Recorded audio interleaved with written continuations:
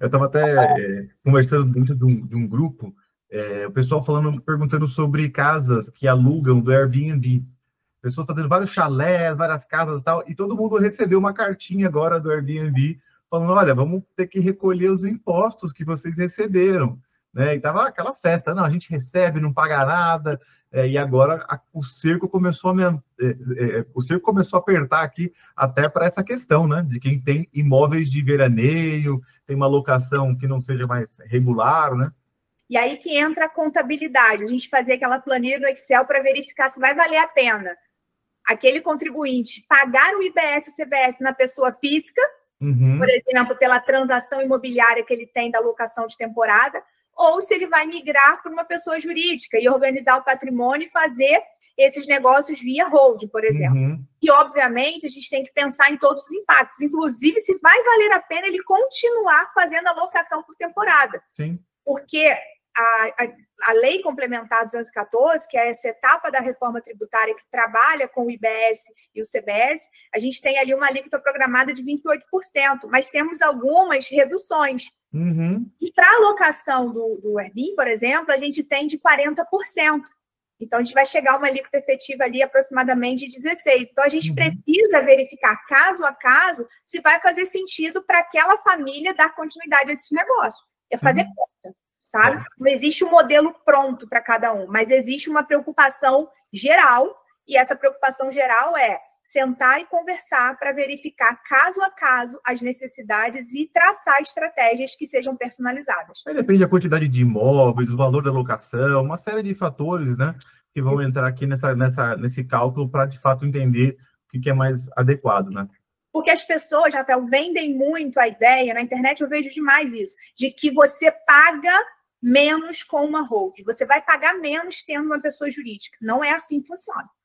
Por isso que a gente precisa analisar caso a caso. Tem que olhar a declaração do imposto de renda, tem que ver a alíquota efetiva, tem que verificar se realmente vai fazer sentido você criar uma estrutura. Não é ter uma holding só por ter. É ter uma holding para planejar e organizar seu patrimônio. Sim. Quer perpetuar esse patrimônio? Primeira pergunta que eu faço para o cliente, você vai querer manter esse patrimônio da família?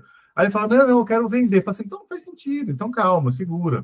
Né? Mantém ali, vai recolhendo os impostos do Carnê-Leão mesmo, dos 27,5%, aí quando você sentir de dispor a venda, já faz essa liquidez e joga para dentro da conta. Né? Então não dá para colocar a holding nesse sentido, né? Sim, a gente precisa analisar, não tem jeito. E mostrar para o cliente como que a holding faz sentido ou não para o caso dele. Eu tenho vários clientes que chegam no escritório, mas eu quero uma holding. Gente, mas não faz sentido você ter uma holding. Não é? Eu não estou falando de um CNPJ de prateleira. Não estou abrindo o CNPJ para simplesmente colocar tudo ali dentro. Não é bem assim que funciona. É igual quando as pessoas falam que a holding vai blindar seu patrimônio. Não existe isso, Rafael. Não. No Brasil, não existe blindagem patrimonial. A gente vai criando camada só no máximo, né? Exatamente. Eu sou uma advogada que atuei por muitos anos no contencioso, sou professora de processo civil. Então, conheço bem sobre as medidas executivas que nós temos na legislação para se alcançar bens, por exemplo, de devedor. Eu tenho um instituto que é a desconsideração da personalidade jurídica.